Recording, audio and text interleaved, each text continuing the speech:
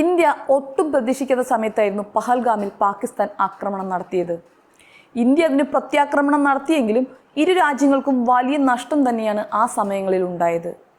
യുദ്ധത്തിൽ പരാജയപ്പെട്ടിട്ടും തൻ്റെ വീരവാദങ്ങളിൽ ഉറച്ചു തന്നെ നിൽക്കുന്ന പാകിസ്ഥാനെയാണ് പിന്നെ നമ്മൾ കണ്ടത്.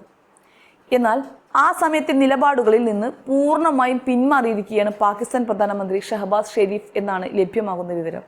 പാകിസ്ഥാൻ നേതാക്കൾ ഇന്ത്യക്ക് നേരെ ആണവ ആക്രമണ ഭീഷണി മുഴക്കി മാസങ്ങൾക്ക് ശേഷം പാക് പ്രധാനമന്ത്രി ഷഹബാസ് ഷെരീഫ് അത് പൂർണ്ണമായും സമാധാനപരമായ ഉദ്ദേശങ്ങൾക്കുള്ളതാണെന്ന് വ്യക്തമാക്കി രംഗത്ത് വന്നിരിക്കുകയാണ് ഇപ്പോൾ. അവരുടെ മുൻ നിലപാടുകളിൽ നിന്നുള്ള കാര്യമായ മാറ്റമാണ് ഇത് സൂചിപ്പിക്കുന്നത്.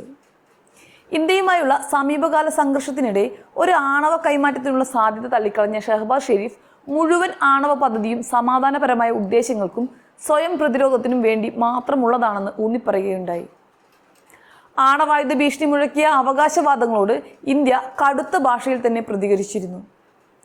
പാകിസ്ഥാനിൽ നിന്നുമുള്ള നിരവധി ആണവാക്രമണ ഭീഷണികൾ ഉണ്ടായതിന് മാസങ്ങൾക്കപ്പുറമാണ് പ്രധാനമന്ത്രി തന്നെ അവയെ തള്ളി രംഗത്ത് വന്നിരിക്കുന്നത്. ഇതിന് പിന്നാലെ അത്തരം ഭീഷണികൾ വെച്ച് പൊറുപ്പിക്കില്ലെന്നും പാകിസ്ഥാനുമായി ഉഭയകക്ഷിപരമായി ഇടപെടുമെന്നും ഇന്ത്യ നിലപാടും വ്യക്തമാക്കിയിരുന്നു. പാകിസ്ഥാന്റെ ആണവ പദ്ധതി സമാധാനപരമായ ആവശ്യങ്ങൾക്കും ദേശീയ പ്രതിരോധത്തിനും വേണ്ടിയുള്ളതാണ്, ആക്രമണത്തിന് വേണ്ടിയല്ല എന്നായിരുന്നു പ്രധാനമന്ത്രി അന്ന് പറഞ്ഞത്.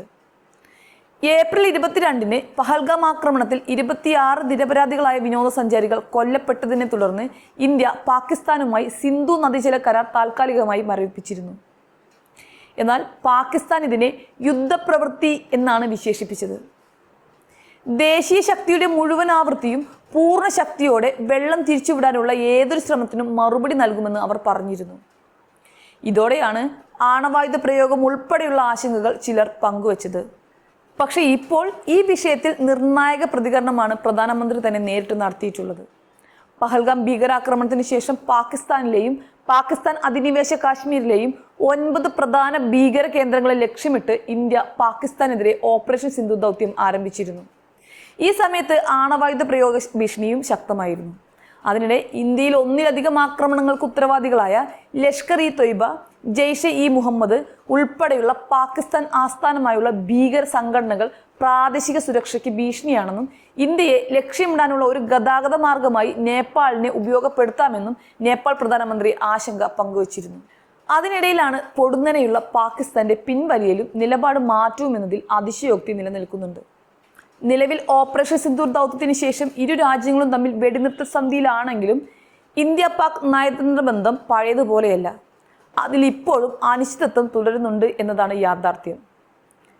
പാകിസ്ഥാന് ബോധം വന്നതാണോ, അതോ വീണ്ടും ഒരു യുദ്ധത്തിനുള്ള സാമ്പത്തിക സ്ഥിതി ഇല്ലാത്തത് കൊണ്ട് മാത്രം നിലനിൽപ്പിന് വേണ്ടിയുള്ള നയം മാത്രമാണോ ഇതൊക്കെ എന്ന് കണ്ടു തന്നെ അറിയണം.